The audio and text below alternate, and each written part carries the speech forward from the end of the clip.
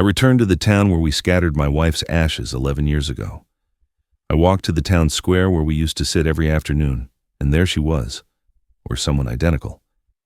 She was staring right at me, as if she knew me. Then she handed me a note. I'm not dead. I just had to disappear. I stood frozen, unable to react, the paper trembling between my fingers. My heart, which had been beating out of sheer habit for over a decade, suddenly seemed desperate to burst out of my chest. How do you explain to yourself that everything you believed to be real for 11 years might have been an elaborate lie? My throat clenched shut. I tried to speak, but only managed to let out a muffled sound. By the time I finally regained control of my legs, she had already left, vanishing into the bustling crowd of the Sunday farmers market. My name is Charles Edward Miller. I'm 58 years old, and I've always been a man of few words, but many actions. I built a real estate empire from the ground up, starting with a small plot of land I inherited from my grandfather in the outskirts of Chicago. Now I own major developments in Midtown Manhattan, Greenwich, Connecticut, and South Beach, Miami. I have properties in Palm Beach, Florida, Jackson Hole, Wyoming, and Lake Tahoe, California. Money has never been a problem, but true love, that's another story. I met Sophia when we were both in our mid-20s. She was studying architecture, and I had just started in the real estate business. We fell in love the way only the young do, without reservation, without fear of the future. We married after 2 years of dating. We built not just buildings together, but a life, or so I believed. My office in Midtown is still the same. Panoramic view of the skyline, imported mahogany furniture, paintings by contemporary American artists that Sophia personally selected. My executive assistant, Brenda, has been with me for nearly 30 years. She knows my moods better than I do myself. Mr. Miller, your son Brandon called 3 times this morning. He says it's urgent to speak with you about the Hamptons property. I sighed deeply. Brandon, my eldest son, 32 years old, a graduate of the Wharton School of Business, married to Ashley, a woman who has never once looked me in the eye when she speaks. Their marriage is one of convenience, like many in our social circle. What's truly convenient for them is my money. Tell him I'm busy, Brenda, and that the Hamptons property is not for sale. As you wish, Mr. Miller. Would you like me to bring you a coffee? No, thank you. I'm going out. I went down to the underground garage where my driver, Marcus, waited next to the black Mercedes sedan. Where to, boss? Nowhere, Marcus. I'll drive myself today. His face reflected surprise. In 15 years, I had never driven myself in the city. Are you sure, Mr. Miller? Traffic is terrible this time of day. Completely sure. I took the keys to my Porsche 911, an indulgence I allowed myself when I turned 50. Sophia never knew it. Or maybe she did, and I just didn't know it. The drive to Aspen, Colorado has always seemed like a metaphor for my life. It starts in the urban chaos amid horns and towering buildings, then opens up to increasingly vast, quieter landscapes, until you reach that town that seems suspended in time. A town where traditions weigh as heavily as the cobblestones of its streets. It was there that we scattered, or I believed we scattered, Sophia's ashes. On the observation deck overlooking the valley, it was her favorite spot. We used to sit on a specific bench, the third from the main entrance, to watch the sunset paint the mountains orange, and it was exactly there that I saw her today, 11 years later, or her perfect double. The Porsche roared as I accelerated onto the highway. My mind was a whirlwind of unanswered questions. How was it possible? Why now? What did I just had to disappear mean? What was Sophia running from, or who? My phone rang, interrupting my thoughts. It was my daughter, Lauren. Dad? Dad, where are you? Brandon said you left without telling anyone. Good morning to you too, daughter, I replied with irony. I didn't realize I had to report my movements to my children. It's not that, Dad, and you know it. It's just that lately you've been different. We worry about you. Lauren, my youngest, 29 years old, with a degree in international relations, the apple of my eye, or at least she was until she returned from her master's in London, with airs of superiority and barely disguised disdain for the family business. I'm perfectly fine, Lauren. I'm on my way to Aspen. I needed to clear my head. Aspen? Why would you go there? You know that place makes you nostalgic. Nostalgic. What a soft word to describe the sharp pain that had accompanied me for 11 years, or the shock I felt today upon seeing that woman. I have things to attend to. I'll call you when I get back. I hung up before she could protest. Immediately, it rang again. This time, it was Brandon. I declined the call. Seconds later, a text message. Dad, we need to talk about the Hamptons property. There's a buyer willing to pay 20% over market value. It's an opportunity we can't pass up. We can't. As if it were a joint decision, as if my wealth, built with decades of work, was now a communal resource my children could manage at their whim. Another message, this time from an unknown number. I've been expecting you, Mr. Miller. The Anchor Coffee House, Main Street, 3:55 p.m. Come alone, S. The Porsche nearly veered off the lane when I read the initial. S. Sophia. Aspen appeared before me like a perfectly preserved image of exclusive luxury. The peaks of the mountains shone under the afternoon sun. I parked in a public garage near the center and walked the streets with my heart pounding in my ears. The Anchor Coffee House was a small but elegant place. Rustic decor, exposed stone walls, dark wooden tables. Only 4 tables were occupied at that hour. I searched with my eyes but saw no one who resembled Sophia. I sat at a corner table with a view of the entrance. "Can I get you anything while you wait?" a young waitress asked. "A single malt scotch, please." "Any preference?" "The strongest you have." I needed liquid courage. The waitress nodded and walked away. While waiting, I took the note out of my shirt pocket. I'm not dead. I just had to disappear. The handwriting was unmistakably Sophia's. Those elegant yet firm strokes, the way she closed her O's with a tiny hook. For 11 years, I kept all her letters in a safe deposit box. I reread them until I memorized them. There was no doubt. It was her handwriting. The scotch arrived just as the cafe door opened. A woman entered wearing a wide-brimmed hat and dark glasses, a simple yet elegant white dress.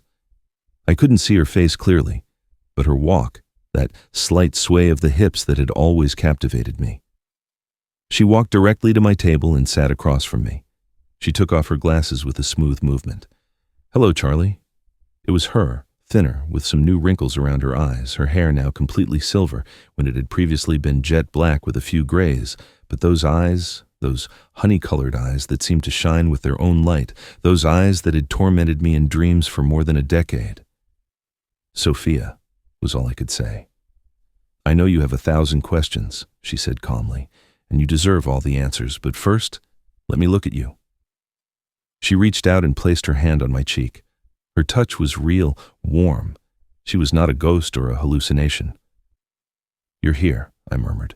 "You're really here." "Yes, Charlie. And I am so sorry. There are not enough words to express it. 11 years, Sophia. 11 years believing I scattered your ashes on that deck. I know, and every day of those 11 years I've carried the weight of that deception, but I had no choice. There are always choices. Not always, Charlie.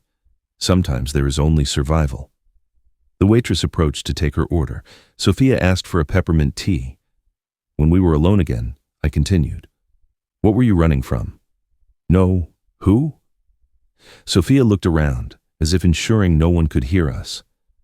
"From your partner, Richard Sterling." A chill ran down my spine. Richard had been my business partner for almost 20 years. Together, we had expanded the real estate business to unimaginable levels. He was practically a brother to me. After Sophia's death, he was the one who supported me, literally and figuratively. He was the one who pulled me out of my stupor and convinced me to carry on. "Richard, that's impossible. He's my friend, my closest partner." "No, Charlie. He was never your friend. He was just waiting for the right moment." "The right moment for what?" "To take everything that's yours." My first instinct was to laugh. It was absurd. But something in Sophia's eyes stopped me. That intense look she always had when she spoke with absolute certainty. "Explain yourself," I demanded, leaning across the table. "Richard has been diverting funds from the company for more than 15 years. Small amounts at first, then increasingly larger sums. I discovered it by chance, reviewing some financial statements for the Hamptons project. The Hamptons? The property Brandon is insisting on selling right now? Yes, that land is much more valuable than it appears. There are urban development plans that will multiply its value in the coming years, plans that are not yet public. How do you know this? I have my sources. I've been tracking Richard's movements all these years. This is too much, Sophia. You're telling me you faked your death to run from my partner because you discovered he was stealing from me? Why not simply tell me? Because I tried to tell you 3 times, and all 3 times you refused to listen to me. Richard is like my brother, you said. I trust him with my life. A blurred memory surfaced in my mind. Sophia, agitated, trying to show me some documents. Me, irritated by her paranoia, as I called it then. And after, she continued, I received threats, subtle at first, then explicit. Richard made it very clear that if I kept sticking my nose where it didn't belong, I wouldn't be the only one to face the consequences. He threatened you directly? Not personally. He used intermediaries, professionals, people who know how to scare without leaving a trace. My mind raced. Was it possible? Richard, the man who had held my hand at Sophia's funeral, could he be capable of something like this? If what you're saying is true, why come back now? Why expose yourself after 11 years? Because Richard's final plan is in motion. He has manipulated your children, Charlie. He's made them believe you're losing your capacity to manage the business. He's suggested they should take control of the firm for your own good. My scotch stopped halfway to my lips. My children, Brandon and Lauren. Yes, Brandon is completely convinced. Lauren has doubts, but her brother's pressure is strong. Richard has promised them significant positions in the new structure once you are retired. A recent memory gained new meaning. Brandon's insistence that I sign a power of attorney, just in case. Lauren's excessive concern about my mental health, the frequent meetings between them to which I was never invited. I have proof, Charlie, Sophia said, pulling a USB drive from her purse. Everything is here. Transfers, emails, conversation recordings, 11 years of investigation. Why didn't you go to the police? With what initial evidence? My word against that of a respected businessman.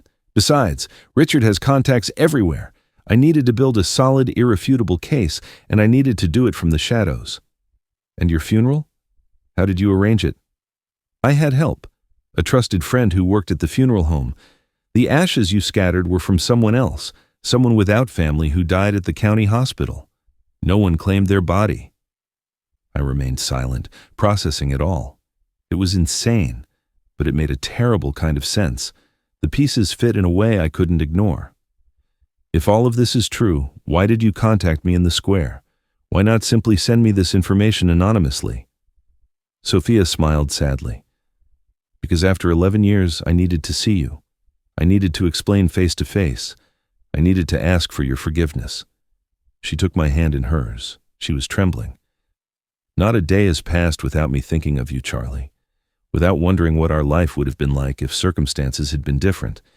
If I had been braver or smarter or... Enough, I interrupted her. I can't process all this at once. I understand. Take your time. But we don't have much, Charlie. Richard's plan is in its final phase. The sale of the Hamptons property is key. Once it's complete, they plan to present a falsified psychological evaluation questioning your mental capacity. They have a doctor on their side. My phone vibrated. Another message from Brandon. Dad, the buyer's impatient. We need your signature before Friday. Please answer my calls. Sophia observed my expression. It's Brandon, isn't it, insisting on the sale? Yes. Charlie, I know it's a lot to process, but I need you to trust me one last time. Trust you? After 11 years of lies? They weren't lies, Charlie. It was survival. For me and for you too. Even if you didn't know it then. How do I know this isn't another elaborate lie? How do I know it's really you and not, I don't know, someone who looks a lot like you and knows details of our life? Sophia stared at me intently.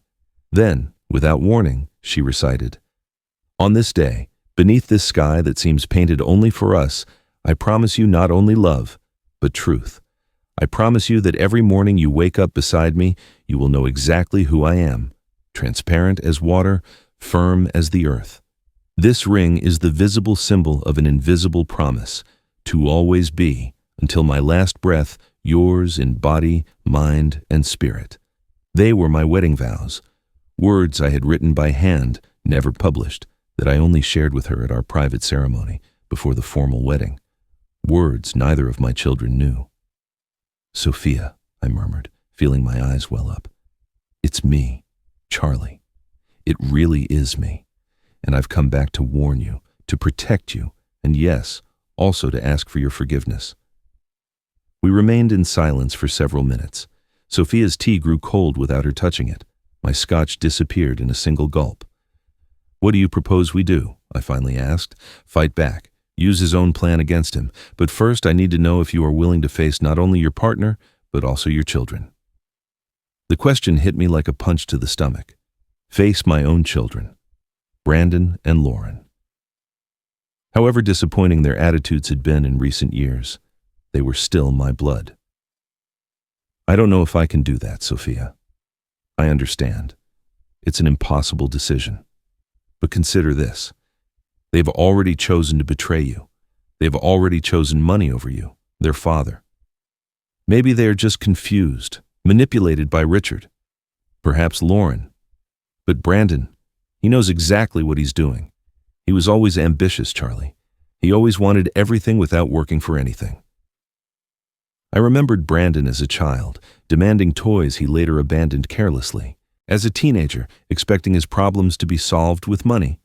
As an adult, assuming the empire I built was his natural right, not something to be earned. What happens if I do nothing? If I let things run their course? You will lose everything, Charlie. Not just your company and your money, also your dignity. You will be declared incompetent. They will confine you to some luxurious residence, yes, but a gilded cage nonetheless, while they enjoy everything you built. The bitterness spread through my chest. After decades of tireless work, of countless sacrifices, would it all end like this? Betrayed by my best friend and my own children? I need concrete proof, Sophia, not just words in a USB drive that could contain anything. You will have it. There's a meeting tonight at Richard's mansion in Greenwich. Brandon and Lauren will be there. Also the doctor who will sign your psychological evaluation and the attorney who will legalize everything. I have someone inside. They will record the entire conversation. What if they notice? They won't. My contact has been working for Richard for 3 years. He has Richard's absolute trust. Sophia checked her watch. "I have to go. It's not safe for us to be seen together for long. I'll send you the recording as soon as I have it. In the meantime, stay calm, play along, pretend you suspect nothing." "Sophia, wait. There's something fundamental I don't understand. If Richard wanted to silence you, why didn't he simply—" I couldn't finish the sentence. "Why not finish me off permanently?" she completed. "Because I'm his insurance, or I was. I made it very clear that if anything happened to me, all the information about his shady dealings would be automatically revealed. It was a bluff, of course. I didn't have that proof initially, but it worked." She stood up and left money on the table to cover both drinks. "One more thing, Charlie. Don't use your phone for anything important. It's compromised. I bought you a new one. It's in the glove compartment of your car, along with detailed instructions." She leaned in and kissed me on the cheek. Her perfume, a mix of jasmine and vanilla, instantly transported me back to happier times. "I'll contact you soon. Be careful. Trust no one." And just as she appeared, she disappeared. I watched her walk away down the cobblestone street until she turned a corner. For a moment, I feared it was another dream, another hallucination born of my grief. But the bill on the table and the faint trace of her perfume in the air confirmed her real presence. The drive back to New York City was a mental whirlwind. Memories, suspicions, doubts, all mixed into a toxic cocktail that made it difficult to concentrate on the road. Indeed, in the glove compartment, I found a simple mobile phone, a burner phone with no internet access. Next to it, a note with precise instructions and one memorized phone number. Halfway there, my personal phone rang. It was Lauren. "Dad? You finally answered. We're worried." "I'm fine, daughter. I'm on my way back." "Where exactly are you?" The question seemed strangely specific. Were they tracking my phone? I just passed the Connecticut border. I lied, though I was actually much closer to the city. Oh, good. Brandon wants to know if we can meet tonight. It's important, Dad. I can't tonight. I have other plans. What plans? Her tone was slightly accusatory. Personal plans, Lauren. I don't need to report every aspect of my life to you. A tense silence. Of course, Dad. I'm sorry. It's just that lately you seem so distant. I've been reflecting on many things, daughter. Life, decisions made, the future. The future of the company? There it was. She couldn't even disguise her real interest. Among other things, I have to hang up now. Traffic is getting heavy. I didn't give her a chance to reply. I turned off the phone and put it away in the glove compartment next to the new one. For the first time in over a decade, I felt completely alert, like an animal that senses imminent danger and activates all its survival instincts. The last light of day was fading when I entered the city. Instead of heading to my penthouse in Midtown, I took the exit toward the Upper East Side. I needed to see that property with my own eyes to understand why it was so crucial in this whole mess. The property seemed ordinary at first glance, 2 acres of semi-abandoned land with some old structures that were once warehouses. I had bought it 15 years ago as a long-term investment with no immediate plans. I parked in front of the main entrance and got out of the car. The security guard recognized me immediately. Mr. Miller, what a surprise to see you here. You haven't been here in years. Good evening, Frank. Just stopping by to take a look. Has anything unusual happened lately? Now that you mention it, yes. Several groups of people have come by. Engineers. They looked like your son. When was that? Last week. And 3 days ago, too. Did they say what it was for? No, sir, but I heard something about a luxury development. Apartments, a shopping center, that kind of thing. Interesting. Brandon never mentioned these technical visits. Thank you, Frank. If they come again, notify me directly. No one else. Understood? Yes, Mr. Miller, as you say. I returned to the car and took out the new phone. I dialed the only number saved in its memory. Hello? Sophia's voice sounded tense. It's me. I'm at the Hamptons property. Brandon has brought engineers recently. I know. They're preparing everything for when the sale is finalized. The buyer's a shell company, Charlie. A corporate facade that, if you trace it far enough, leads back to Richard and your son. Brandon and Richard are partners. Brandon is a pawn. He thinks Richard will give him real power, but as soon as they don't need you anymore, Richard will get rid of him too. Sophia. This is all too elaborate. Wouldn't it be simpler if Richard just eliminated you? No, Charlie. A prominent businessman dying suddenly would generate investigations. Richard is too smart for that. It's much cleaner to discredit you legally, to sideline you due to mental incapacity. No one would question your children taking control. It's the natural course of things. What about my lawyer, Mr. Wallace? He's been with me since the beginning. Mr. Wallace retired 3 years ago, Charlie. Your new lawyer, Mr. Thompson, works for Richard. I felt like the ground beneath my feet was collapsing. Was the siege around me that complete? Was the plan to strip me of everything that perfect? The meeting is at 9, Sophia continued. We'll have the recording around 11. In the meantime, go to a hotel, not your home, not any of your properties, a discreet place where no one expects to find you. And then what? What's the plan once we have that recording? Immediate counterattack. I have everything prepared. You've been planning this for years. Since the day I disappeared, I always knew this moment would come, Charlie. The moment of truth. I looked up at the starry sky over the city, the same stars I had shared with Sophia so many nights, the same stars that had been silent witnesses to 11 years of lies, betrayals, and hidden plans. I'll see you at midnight, I said, at the St. Regis in Midtown, room booked under the name Edward Ibanez. I'll be there. Be careful, Charlie. You too, and Sophia.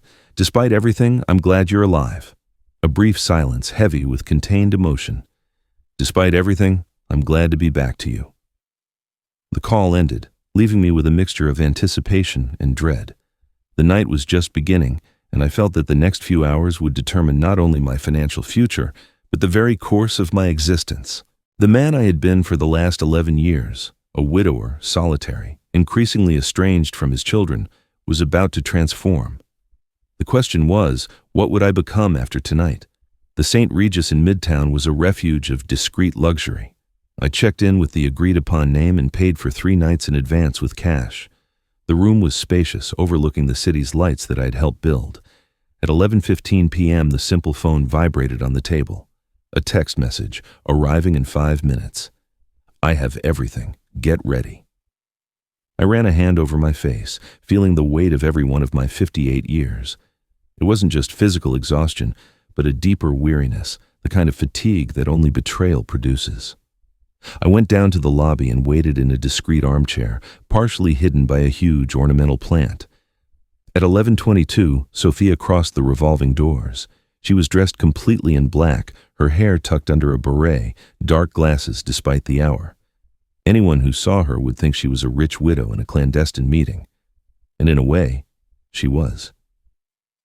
We greeted each other with a brief gesture, like two strangers who coincide in an elevator. In complete silence, we went up to my room. Once inside, with the door closed and secured, Sophia finally took off her glasses. "We have everything," she said, taking a tablet from her bag. "Every word, every plan, every betrayal, recorded in high definition." "Is your contact secure?" "Completely. No one suspected a thing." She connected the tablet to a small portable projector. The white wall of the room lit up with the image of an elegant boardroom, which I recognized immediately. Richard's private study in his Greenwich mansion. "Here, look." Sophia fast-forwarded the video to a specific point. "This is the crucial part." In the image, Richard Sterling was sitting at the head of a mahogany table. To his right, Brandon, my son. To his left, a bald man with glasses whom I didn't recognize. Lauren, my daughter, was also there, visibly uncomfortable sitting farther from the others. "So we're agreed," Richard was saying in the video. "Once Charlie signs the sale documents for the Hamptons property, we proceed immediately with the psychological evaluation." "My report is already drafted," said the bald man. "I just need a 20-minute session with Mr. Miller to validate it. Mild cognitive impairment with episodes of paranoia, enough to justify the intervention, not so severe as to alert his contacts." "Dad won't sign easily," Brandon interrupted. "He's being especially stubborn about that property." "That's what you're for, son," Richard replied with a smile that chilled me to the bone. "You're his son, his natural heir. If you tell him it's for his own good, that you're worried about his health, his ability to handle the stress of business, he'll eventually give in." "I don't know if this is the right thing to do." Lauren's voice sounded shaky. "We're talking about declaring our father incompetent." "Not incompetent, dear," Richard corrected with false kindness. "Just in need of help and supervision. It's for his own good. Haven't you noticed how erratic he's been lately? How distant? The signs are there for anyone who cares to see them." "Lauren," Brandon interrupted with a severe tone, "we discussed this. If you're not with us, at least don't interfere." Sophia paused the video. My heart was beating so hard, I feared it could be heard in the hallway. "There's more," she said, fast-forwarding the recording again. "Look at this part." Richard and Brandon were now alone in the room. "Are you sure we can trust your sister?" Richard asked. "Don't worry about Lauren. She's weak. She's always been Dad's favorite, the protected one. She'll do what I tell her, as always." "Good, because once this starts, there's no going back. Do you understand? Your father will be completely out. You will take his place as president. I'll remain as CFO. And we'll split the profits 60-40. 40 for me? The deal was 50-50. Richard laughed, a cold, calculating laugh. "That was before I needed to manage your sister. Now there are more complications. 60-40 is more than fair." Brandon looked about to protest, but he held back. "And the Hamptons property? How much will that leave us?" "With the new development approved, we're talking about $500 million. Maybe more.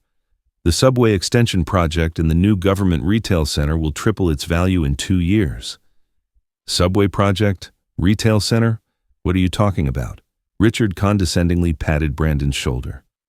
"Insider information, son. That's why you need me. I have contacts in City Hall that your father never cultivated, too ethical for his own good." Sophia stopped the video again. My breathing had become heavy, ragged. "Go on," I managed to say. The last part of the video showed Richard alone in his study, talking on the phone. Yes, everything's arranged. No, the kid doesn't suspect a thing. Of course, I won't honor the deal. Who do you take me for?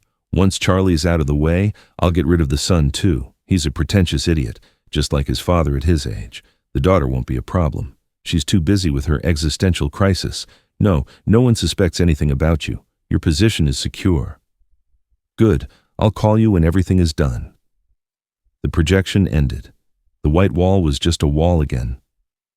Do you see it now? Sophia asked in a low voice. Richard plans to betray even Brandon after they've sidelined you. I stood up and walked to the window. The city lights flickered like fallen stars. My city, my life, built with so much effort, so much sacrifice, and now all threatened by the people I had trusted the most. Who is Richard's accomplice, the person he was talking to on the phone? We're not sure, but we suspect it's someone inside the municipal government, someone with access to the urban development plans. I turned to her. What do you propose we do with this? I have a complete plan, Sophia replied, opening her laptop.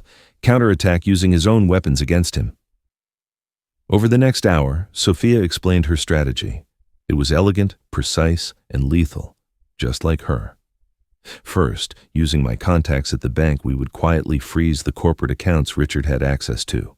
Then, with the evidence from the recording, we would file a formal complaint against him for fraud and conspiracy. Simultaneously, we would send copies of the recording to our main business partners, warning them about Richard's activities. And my children? I asked, feeling a knot in my throat. Sophia looked at me with compassion. That's your decision, Charlie. Lauren seemed doubtful. Could she be saved? Brandon, he has chosen his path. I sat on the edge of the bed, feeling my legs could no longer support me. I never imagined it would come to this, my own son. Sometimes children grow up to become strangers, Sophia said softly, especially when they grow up in abundance without understanding the value of work and sacrifice. How could I have been so blind? Because you are a good man, Charlie, and good men assume others are too, especially those they love. She sat beside me and took my hand in hers. For a moment, time seemed to rewind. We were once again that young couple with big dreams and pure hearts, before success, money, and betrayals clouded everything. There's something else you need to know, she said, breaking the spell of the moment.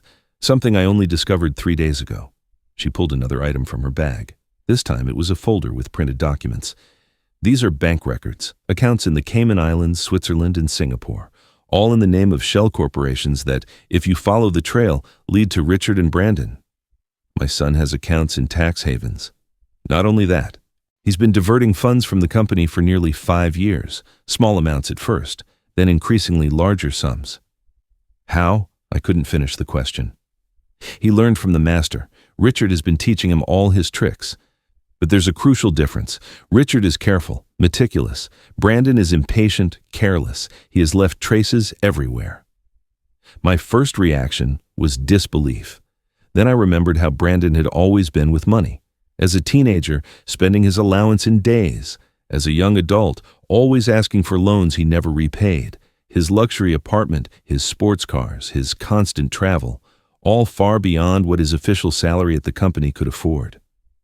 How much has he stolen? So far, approximately $12 million. The figure hit me like a physical punch. My God. I'm sorry, Charlie. I know how much this hurts. I got up and walked from one end of the room to the other, trying to contain the storm of emotions that threatened to overwhelm me. Rage, pain, disappointment, all mixed into a toxic cocktail. I need air, I finally said. You can't go out now. It's too risky. I won't leave the hotel. I need to be alone for a moment. Sophia nodded understandingly. I left the room and took the elevator to the hotel terrace. At that hour, past midnight, it was practically deserted. Only a sleepy waiter behind the bar and a couple of tourists in a far corner. I leaned on the railing, contemplating the Manhattan skyline. The lights, the buildings, the constant movement. This city that never sleeps, just like my worries. Somewhere in that metropolitan vastness, my children, the children I once held in my arms, whom I taught to walk, for whom I built an empire, were planning my downfall. especially Brandon, the firstborn, the heir, the traitor. Where had I failed as a father? Too much work and too little time at home, too much indulgence and too few boundaries? Or was it simply human nature, that tendency to desire without effort, to take without gratitude? My personal phone vibrated in my pocket. I had turned it on by habit when leaving the room.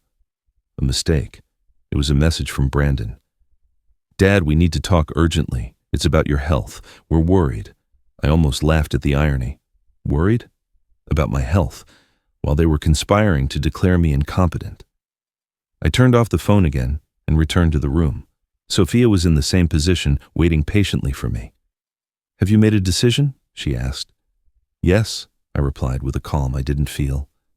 "We're going ahead with your plan, all of it, even Brandon." "Are you sure? He's your son after all."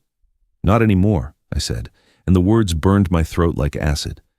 My son died the moment he decided to betray me. An expression of pain crossed Sophia's face, not for my words, but for the suffering she saw behind them. "Good," she finally said. "We'll start at dawn." The sun was barely beginning to peek over the horizon when we set our plan in motion. First, a call to Robert Hayes, my contact at International Bank. It was early, but Robert was always an early riser. "Charlie, what's going on? It's 6 in the morning." "Robert, I need an urgent favor, life or death, whatever it is, friend. I need to freeze all corporate accounts that Richard Sterling has access to, immediately and with total discretion." A brief silence. "That's unusual. Can I ask why?" "Corporate fraud on a massive scale. I have proof. I'll send it to you later today, but I need you to act now before you can move more funds." "This is irregular, Charlie. I'd need a court order." "Robert, in 30 years of friendship, have I ever asked you for anything improper?" Another silence. "No, never. I give you my word. This is justified and necessary, and I promise you'll have all the legal evidence before the end of the day." An audible sigh. "All right, Charlie. I trust you. Consider it done." "Thank you, Robert. I owe you one." "You owe me several, friend. But who's counting among friends, right?" I hung up and looked at Sophia, who nodded approvingly. Then she called her own contact. "Letitia, it's me. Yes, we're proceeding. I need you to send the documents to the 3 notaries we discussed and activate the press protocol. Yes, exactly as planned. Thank you." While Sophia continued making calls, I reviewed the documents she had prepared. They were impeccable. New powers of attorney that revoked any previous documents, a corporate reorganization that removed Richard and Brandon from their positions, detailed banking instructions to trace and recover diverted funds. There was also a folder labeled Lauren. I opened it curiously. "What is this?" Sophia interrupted her call. "An alternative path. For Lauren, if you decide to give her a second chance," she explained. Inside were similar but less severe documents, a plan that would allow Lauren to redeem herself under strict supervision.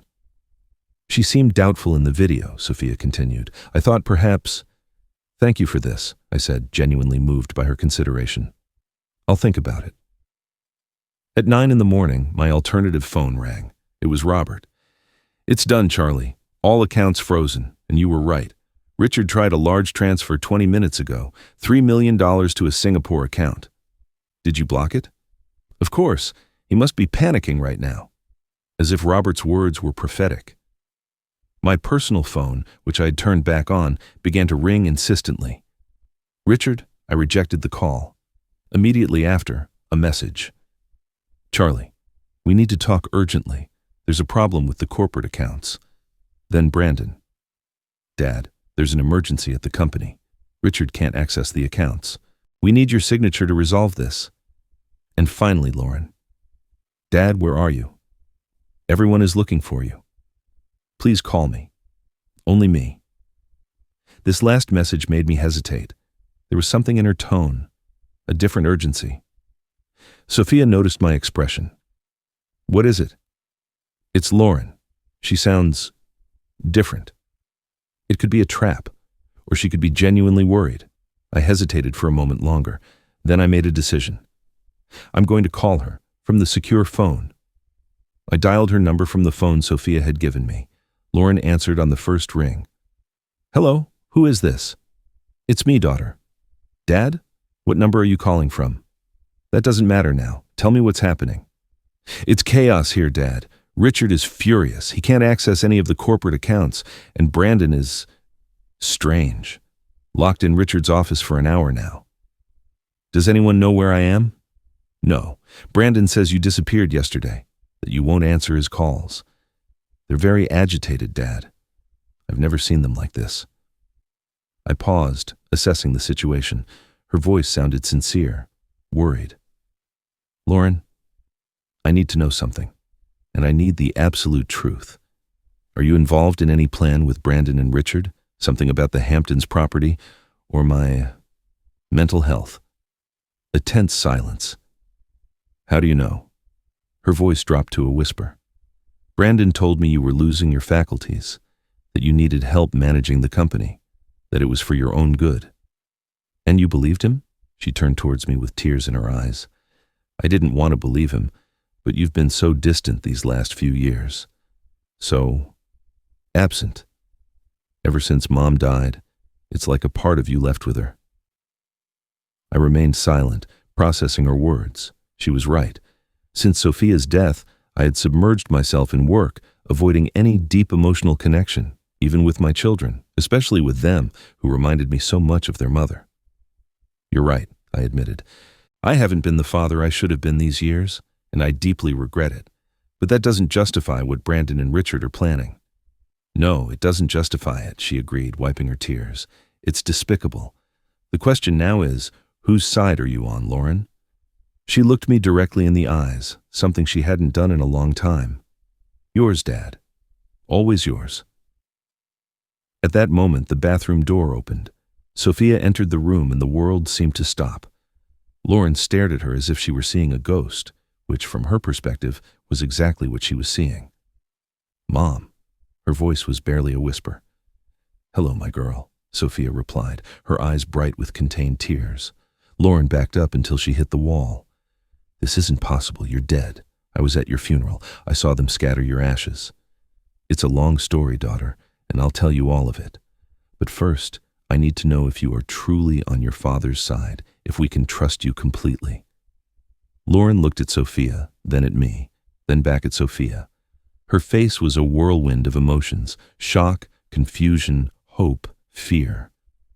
You're not dead, she finally said, processing the reality before her eyes. You've been alive all these years. You left us. You left me. The last sentence was laden with pain, with abandonment. Sophia took a step toward her, but Lauren backed up more. Don't come closer. I can't. This is too much. Lauren, please, I intervened. Your mother didn't abandon you by choice.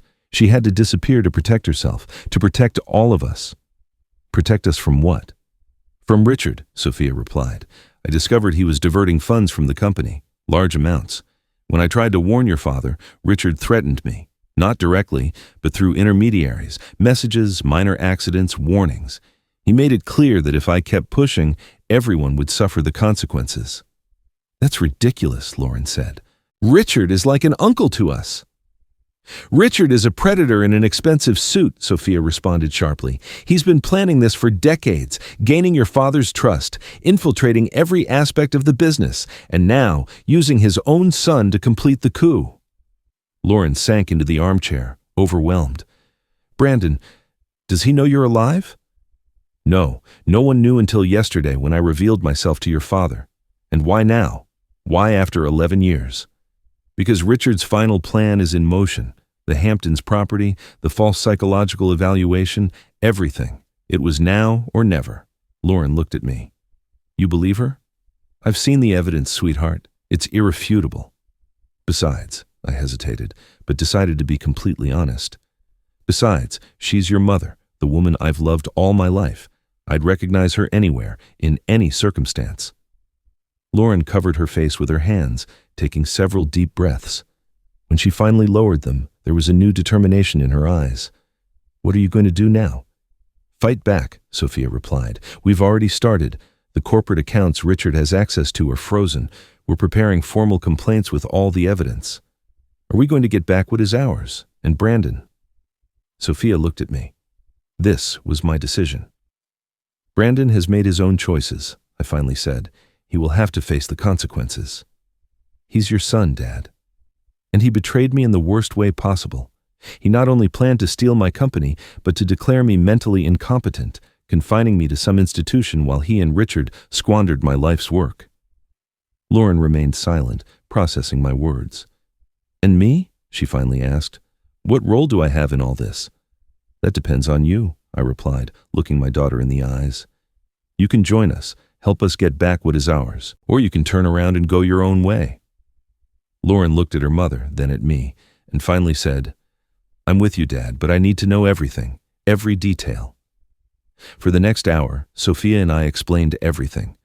How Sophia had discovered the fund diversions, the veiled threats, the decision to fake her death, the years of investigation in the shadows, Richard and Brandon's plan.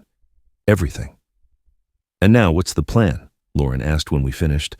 It's already in motion, Sophia replied. The frozen accounts are just the first step. This afternoon, our lawyers will file formal complaints against Richard and Brandon, with all the evidence. What do you need me to do? Sophia smiled slightly. Act normal. Go back to the offices as if nothing happened. Feign concern for your missing father. Keep your eyes and ears open. Be a spy, basically.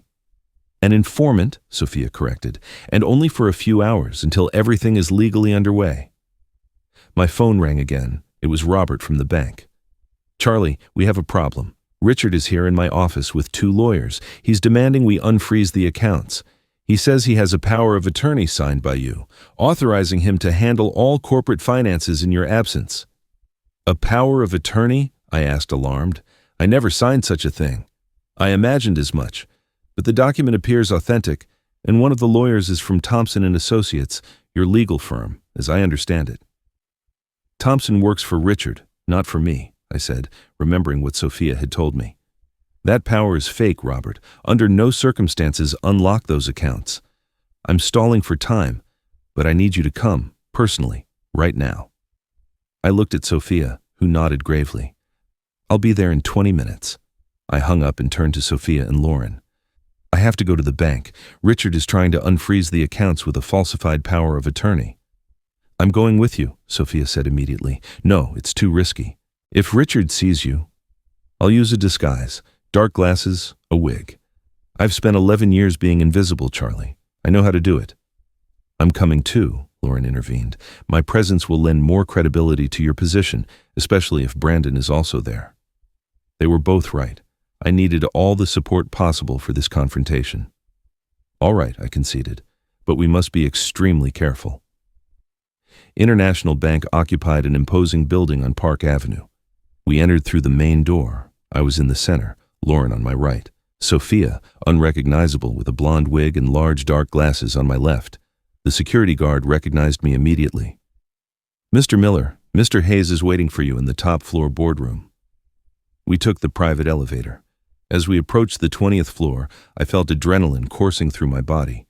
I was about to confront the 2 people who had betrayed me the most, my lifelong partner and my own son. The elevator doors opened directly into an elegant foyer. Robert was waiting for us there, visibly tense. Charlie, thank goodness, they're inside and they're not happy. He looked questioningly at my companions. My daughter Lauren and my legal advisor, Eleanor, I introduced, using the name Sophia and I had agreed upon. Robert nodded without further questions and led us to the boardroom. As the doors opened, 4 faces turned toward us, Richard, Brandon, and 2 men in expensive suits whom I assumed were the lawyers. Charlie, Richard exclaimed, standing up, where the hell have you been? We've been desperately trying to contact you. His tone was friendly, concerned, but his eyes revealed a different story. It was the look of a predator whose prey has momentarily escaped. I've been busy, I replied dryly, investigating some financial discrepancies. Richard's eyes narrowed slightly. Discrepancies? I don't know what you're talking about. I'm sure you don't, I said, sitting at the head of the table. Robert, could you explain the current situation? Robert nervously cleared his throat. The corporate accounts of Miller Group are temporarily frozen by direct order of Mr. Miller. Mr. Sterling presented a power of attorney authorizing him to manage those accounts in your absence, but given the controversy over the document's authenticity, I preferred to wait for you to arrive personally. Controversy? One of the lawyers intervened. The document is properly notarized. The signature has been verified. There is no controversy here, only unjustified obstruction. The signature is fake, I said clearly. I never authorized such a power. Brandon, who had been unusually silent, finally spoke. Dad, you signed that document 3 months ago, in the office, don't you remember? His tone was condescending, as if speaking to a child or a confused elderly man.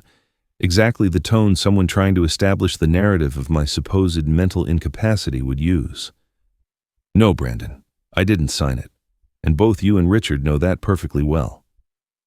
Charlie, this is absurd, Richard said, extending his hands in a gesture of false conciliation. You've been working too hard. You're confused.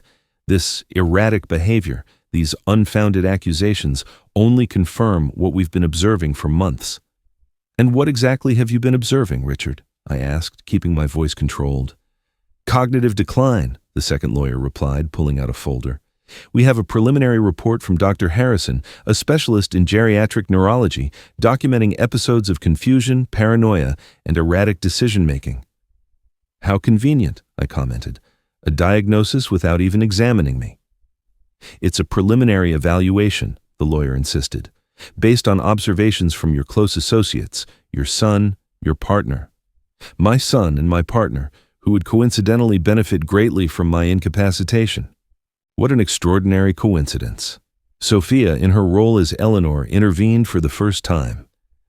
Gentlemen, are you aware that forging someone's signature on a legal document is a federal crime, and that presenting fraudulent medical reports leads to loss of professional license and potential criminal charges? And who exactly are you? Richard asked, irritated. Eleanor Vance, legal advisor to Mr. Miller. I've never heard of you. That is irrelevant. What matters is that we have irrefutable proof that this power of attorney is fake, and that the supposed diagnosis is part of an elaborate plan to illegally appropriate Mr. Miller's assets. Brandon visibly paled. Richard, however, maintained his facade of security. These are very serious accusations, Miss Vance, without any foundation. On the contrary, Sophia responded, taking a tablet from her briefcase. We have recordings, documents, witnesses, everything. Lauren, Brandon said, noticing his sister's presence for the first time. What are you doing here? Whose side are you on? Lauren looked him directly in the eye. The right side, Brandon, the side of the truth. What have they told you? What lies have they told? No lies. They just showed me proof, like this. She connected the tablet to the room's screen and played the video of the meeting at Richard's house. The recording was crystal clear, the voices unmistakable. As the video progressed, Brandon's face went from panic to resignation. Richard, however, maintained an unnerving calm.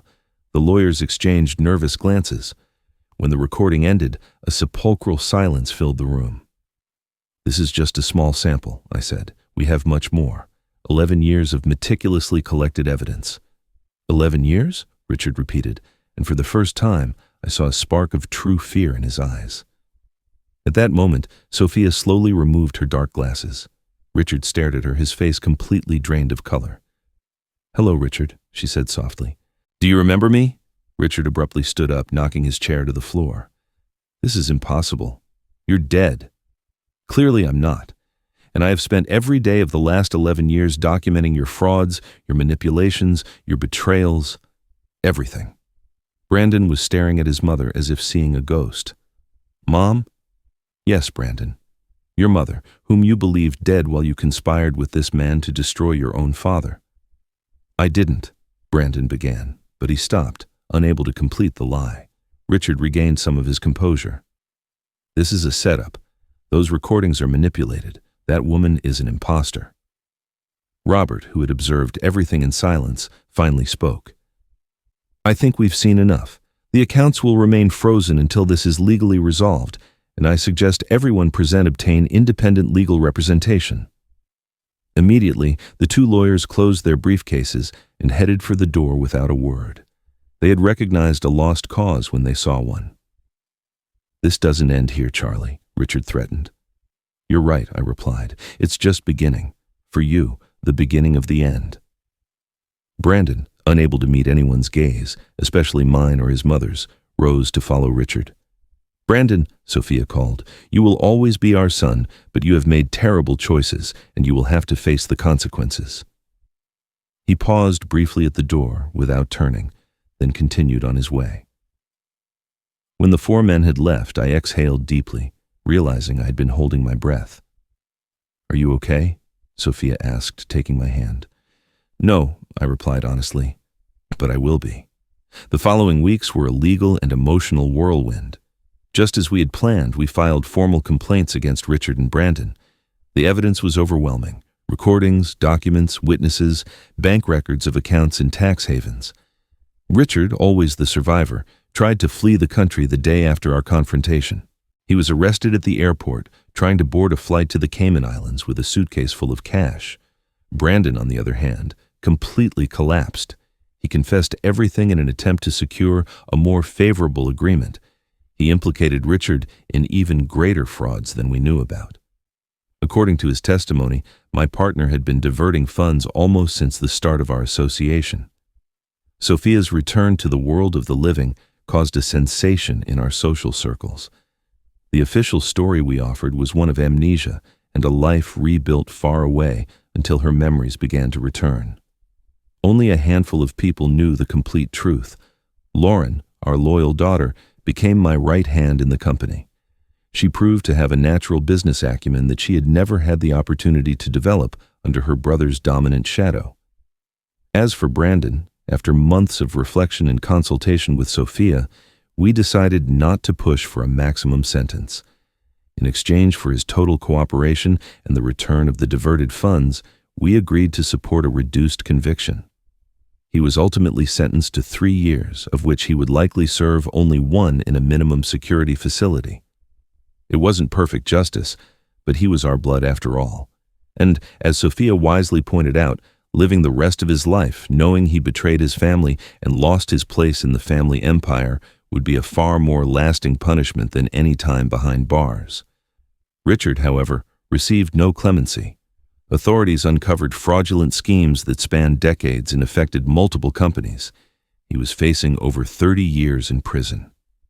6 months after that fateful day in Aspen, Sophia and I returned to the same spot, the same deck, the same bench, the same golden sunset bathing the mountains. "What are you thinking about?" she asked, resting her head on my shoulder. "How life changes in an instant. How losing you was the greatest pain I've ever experienced, and finding you again is the greatest joy. Even with all the chaos I brought with me, even with that, especially with that." I took her hand, feeling the new ring on her finger. We had remarried in an intimate ceremony with Lauren as the only witness, a new beginning, a second chance. "You know," I said, "for years I wondered what would have happened if I had listened to your warnings about Richard, if I had trusted you instead of him. We can't live in the past, Charlie. What matters is the now, and the tomorrow we will build together." "You're right, as always," I smiled, though I have to admit sometimes I miss Brandon. Despite everything, I do too. But he made his choices. And who knows, maybe someday when he's paid for his mistakes and truly reflected on his actions, we can rebuild something. Do you think that's possible? "I believe in second chances," she said, squeezing my hand. "I'm living proof of it myself." The sun finally descended behind the mountains, dyeing the sky purple and orange. The first stars were beginning to appear. "Ready to go home?" I asked. "More than ready." We stood up and walked slowly through the square, our silhouettes gradually blending into the emerging night, 2 lovers whom life had separated and brought back together, 2 survivors who had faced betrayal and emerged stronger. In my pocket, I felt the weight of the note that changed everything. "I'm not dead. I just had to disappear." Words that marked the end of one life and the beginning of another. Words that gave me back what I thought was lost forever. As we walked away, a phrase resonated in my mind, something my grandfather used to say: "Life takes away with one hand, but it gives with the other. The trick is to keep both hands extended." And I would do just that with Sophia back by my side, both hands extended toward the future, whatever it might hold.